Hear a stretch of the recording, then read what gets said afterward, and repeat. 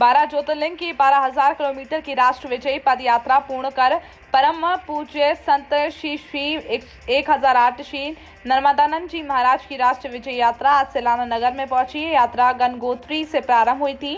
नगर आगमन पर नगर वासियों के द्वारा चल समारोह निकालकर भव्य स्वागत किया गया। चल समारोह सेलाना के रंगवाड़ी मोहल्ले से शुरू हुआ और सेलाना दिलेबम मार्ग पर समापन हुआ। समापन स्थान पर संत श्री नर्मदानंद जी के द्वारा गो संरक्षण प्रवचन देकर प्रभु भगति और मानव एकता का संदेश दिया गया। तत्पश्चात आरती कर प्रसाद वितरण किया गया। उस पश्चात संत श्री द्वारा राम मंदिर निर्माण के लिए सहयोग राशि भी एकत्रित की गई। इस कार्यक्रम में नगर के कई वरिष्ठ लोग और पुलिस प्रशासन मौजूद रहा। संवाददाता महेश चौहान की खास रिपोर्ट। ये राष्ट्र धर्म विजय पद यात्रा के दौरान हम लोगों ने लगभग गंगोत्री धाम से यात्रा प्रारंभ की थी। 29 सितंबर 2000 को यात्रा प्रारंभ हुई थी और उस समय हमें भी मालूम नहीं था कि इस यात्रा का इतना वृहद रूप होगा। एक जल, जंगल और जीव का संदेश लेकर के हम जन जन तक पहुँचे, ऐसा उद्देश्य लेकर के ये राष्ट्र धर्म विजय पद यात्रा निकली थी।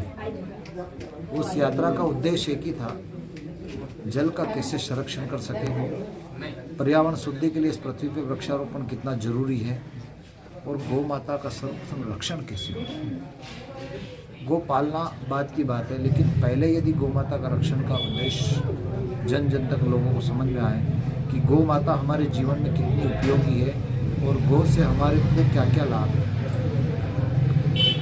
यज्ञासु यज्ञ जो होते हैं, यज्ञासु यज्ञ से पर्जन्य, और यज्ञ के द्वारा वर्षा होती है, वर्षा से पर्जन्य अन्न उत्पन्न होता है, अन्न से प्राणी मात्र की रक्षा होती है। और यज्ञ जब भी हो सकता है जब गौ माता होगी, गौ से द्वारा घृत उत्पन्न होगा, घृत से यज्ञ होता है।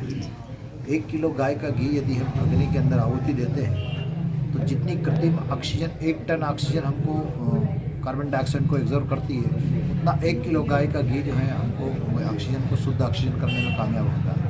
इसलिए गौ माता हमारे जीवन में बहुत उपयोगी है। इन्हीं उद्देश्यों को लेकर के ये 13 राज्यों में भ्रमण करके यात्रा आई है।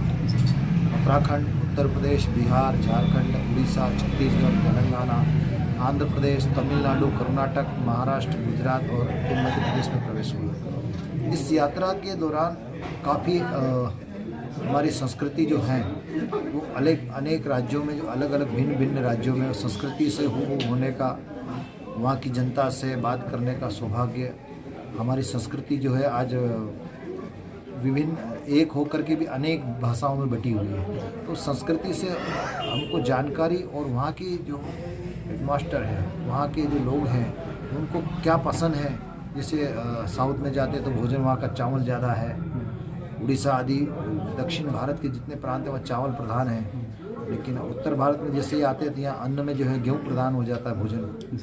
तो इस संस्कृति को जानने का वहाँ के लोग, हम समझते हैं कि दक्षिण वाले लोग हमारी संस्कृति को नहीं मानते, लेकिन यहाँ से ज़्यादा संस्कृति को वो ज़्यादा जो है सम्मान देते। लेटेस्ट न्यूज़ देखने के लिए प्राइम ब्रेकिंग न्यूज़ चैनल को सब्सक्राइब करना ना भूलें और साथ ही डेली अपडेट्स पाने के लिए बेल आइकन